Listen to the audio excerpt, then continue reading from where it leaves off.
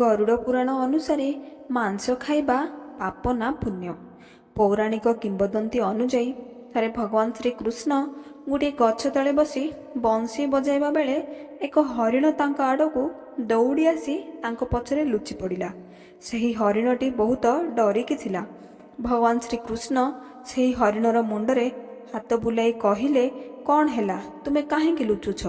ସେହି ସମୟରେ ହରିଣକୁ ଗୋଡ଼ାଇ ଗୋଡ଼ାଇ ଜଣେ ଶିକାରୀ ସେଠାରେ ପହଞ୍ଚି କହିଲା, ଏହା ମୋର ଶିକାର, ମୋତେ ଦିଅ, ଏହା ଉପରେ ମୋର ଅଧିକାର ଅଛି।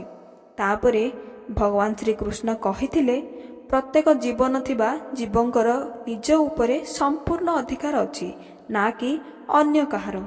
ତାପରେ ଶିକାରୀ କ୍ରୋଧରେ କହିଲା, ଏହା ମୋର ଶିକାର, ମୁଁ ଏହାର ମାଂସ ରୋଷେଇ କରି ଖାଇବି।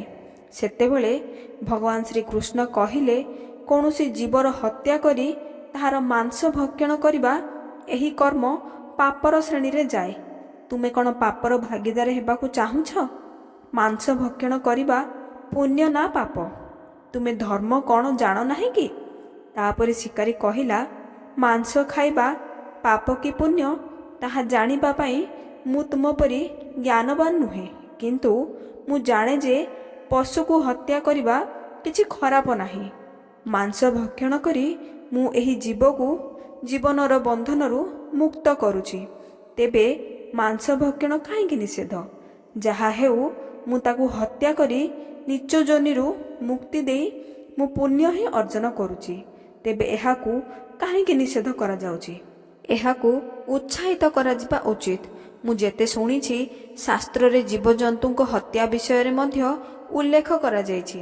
ରାଜାମାନେ ମଧ୍ୟ ଶିକାର କରୁଥିଲେ।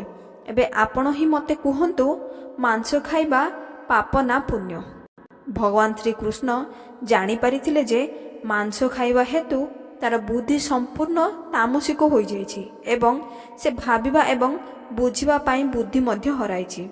ତାପରେ ଭଗବାନ ଶ୍ରୀକୃଷ୍ଣ କହିଥିଲେ ଯେ ପ୍ରଥମେ ମୁଁ ତୁମର ଏହି ବିଷୟରେ କୌଣସି ମତ ଦେବି ନାହିଁ। ମୋର ଏକ ଛୋଟ ଗଳ୍ପ ଶୁଣିବା ପରେ ତୁମକୁ ଉତ୍ତର ଦେବାକୁ ପଡ଼ିବ ଯେ ମାଂସ ଖାଇବା ପାପ ନା ପୁଣ୍ୟ, ଏବଂ ତୁମେ ମାଂସ ଖାଇବାକୁ ଚାହୁଁଛ କି ନାହିଁ। ସେହି ଶିକାରୀ ଭାବିବାକୁ ଲାଗିଲା ଯେ ମୋର ଏଥିରେ କୌଣସି କ୍ଷତି ନାହିଁ। ଏହି ଗଳ୍ପଟିକୁ ମୁଁ ନିଶ୍ଚୟ ଶୁଣିବି। ମୋର ମନୋରଞ୍ଜନ ମଧ୍ୟ ହୋଇଯିବ ଏବଂ ପରେ ମୁଁ ଏହି ହରିଣର ମାଂସ ମଧ୍ୟ ପାଇଯିବି। ଭଗବାନ ଶ୍ରୀକୃଷ୍ଣ ଶିକାରୀକୁ ଗଳ୍ପ ଶୁଣାଇବା ଆରମ୍ଭ କରିଥିଲେ। ଥରେ ମଗଧ ରାଜ୍ୟରେ